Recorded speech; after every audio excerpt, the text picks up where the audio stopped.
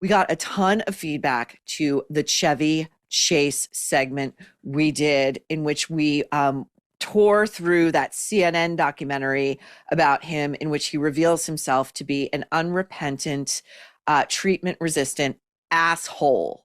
And we got such great stuff. And I'm going to read just a couple of them to you, dear Maureen.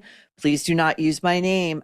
Not a problem. I will say the header to this email is Chevy Chase. What a jerk. What I'm about to tell you is technically hearsay. That's okay. We're a cultural criminal court. My former husband grew up as a neighbor to and friends with the brother of Sarah Holcomb. Sarah made her film debut as the mayor's daughter in Animal House and also played Maggie in Caddy Shack. My husband told me years ago that when Sarah was in Caddy Shack, she hung out with Chevy, allegedly in all caps, just this troublemaker's report. As a result of her palling around with him, she became addicted to some pretty powerful drugs. She was in such a bad state that she had to drop out of Hollywood in order to get her life back together. As discussed in the doc, Chevy had a heavy, heavy cocaine and alcohol problem. She has been quiet and private all these years, not wanting anything to do with the Hollywood scene, including her notable absence from any Caddyshack retrospectives. Thanks for your very thorough takedown of a very unpleasant individual. Our pleasure. I love nothing more. Chevy Chase. Hi, Maureen. I'm currently reading a fun book written by former talk show host Mike Douglas. If you are of a certain age, you will remember the Mike Douglas talk show. It aired like in the late afternoons, and it was a really, really fun, convivial talk show.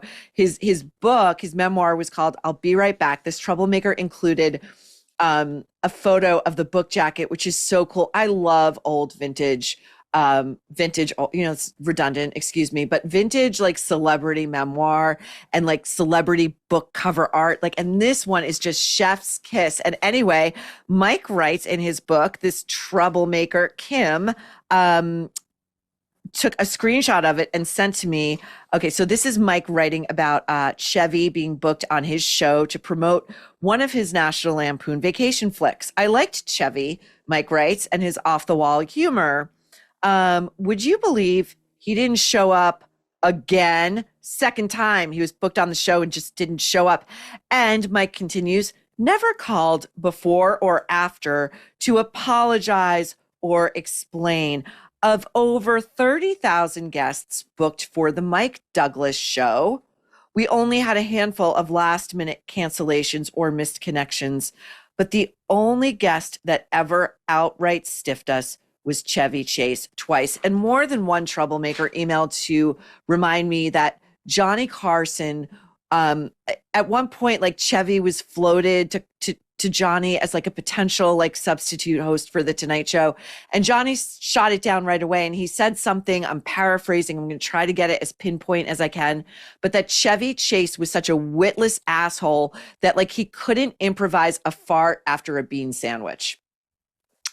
Love from Canada. Moving on. Artwork I've created with my cat Daisy, and we're going to show a full screen of it. Daisy is wearing a blonde wig, sunglasses, a triple strand of pearls, and is holding a notebook that reads allegedly, reportedly, the Troublemakers. Bonjour, Maureen. This is Troublemaker Nadia. Here's some artwork I've created for you using my sweet, loving cat Daisy as the subject. This is you reporting on Stedman's whereabouts. I placed her as you gathering evidence while a plane, look at the details. This is a true troublemaker. A plane flies in the background with a rescue Stedman flyer. Oh my God. Plus, I think Oprah deserves her own shed. That's in the background. This header, the worst. Hi, Maureen, you're the worst. I hope you get what's coming and lose everything like woman fuck from a former fan turned your biggest hater, Harmony. Fuck you.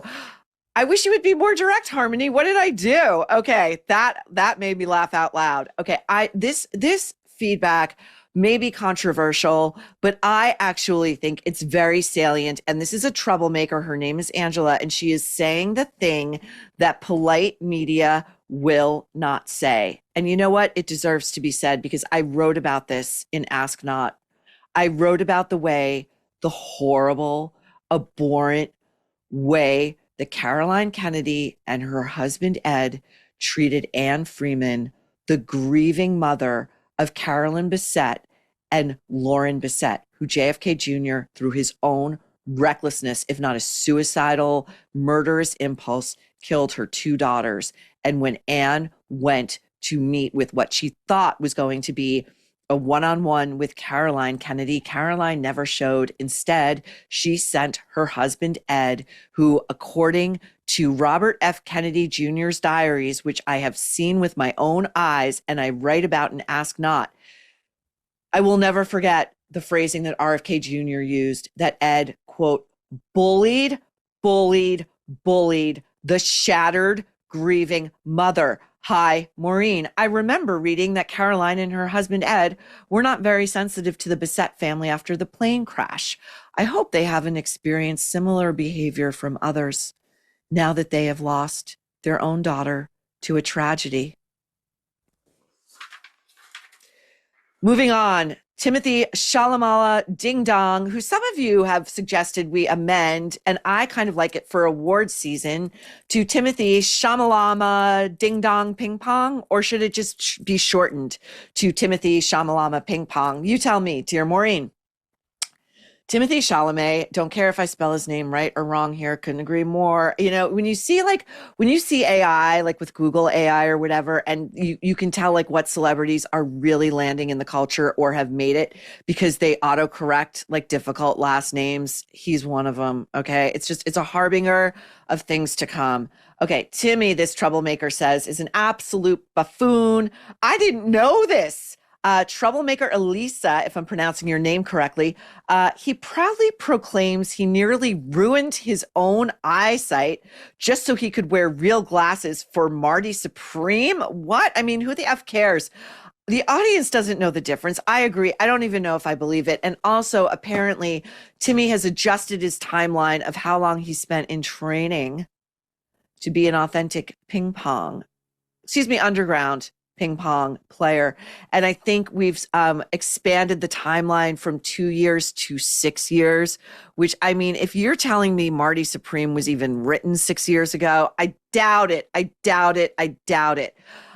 Anyway, this troublemaker thinks that Timmy has had a deal with the Kardashians, that if they promoted his film and won the Oscar, he'd propose to her.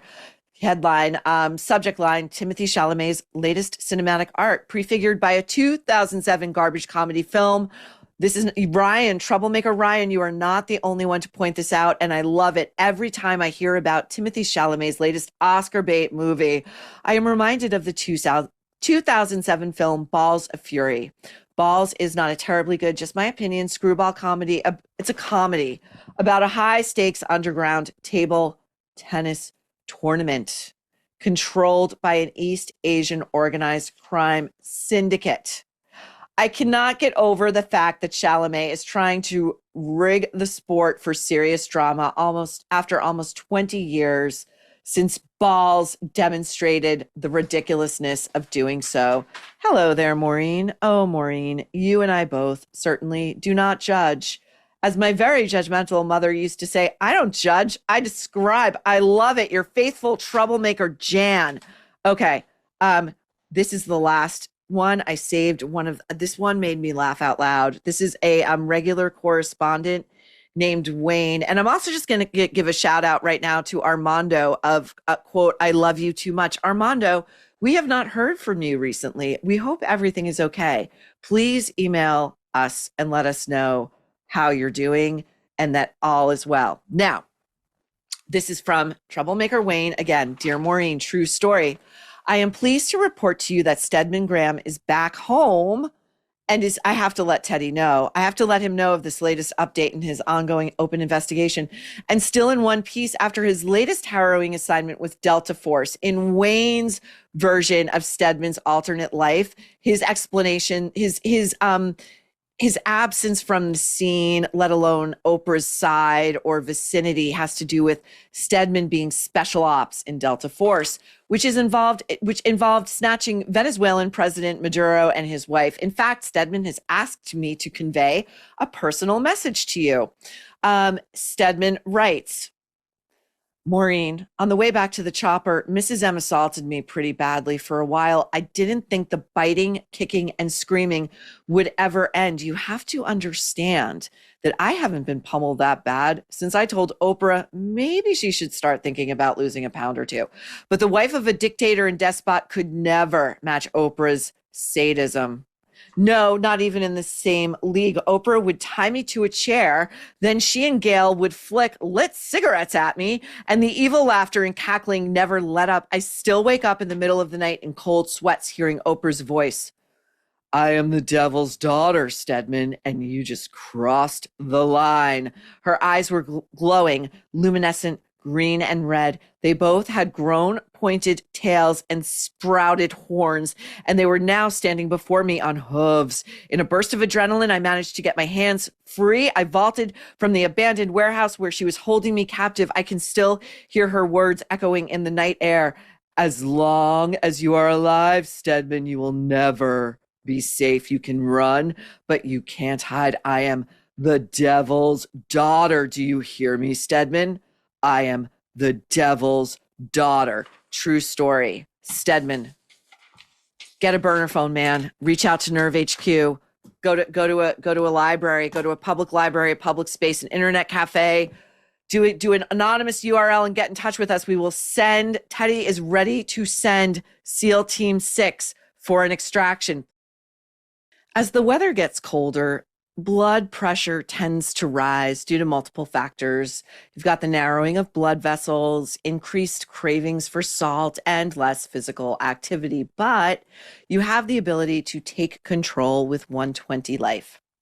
120 Life is a blend of great tasting superfruit juices that can help lower your blood pressure naturally. It is trusted by over 1,000 health professionals and used by people just like you who have seen real measurable results. You can try it yourself risk-free with their 2-week trial. Just go to 120life.com and use code NERVE, that's NERVE, to save 15%. You can track your progress with a simple blood pressure monitor. Watch your numbers drop and feel the difference. Plus, it's completely risk-free. If you don't see lower numbers in 2 weeks, you get your money back. Go to 120life.com. That's 120life.com. And remember to use code NERVE to save 15%. This is serious. This is your life we're talking about, and 120 Life can help. Don't wait. Take control of your health today.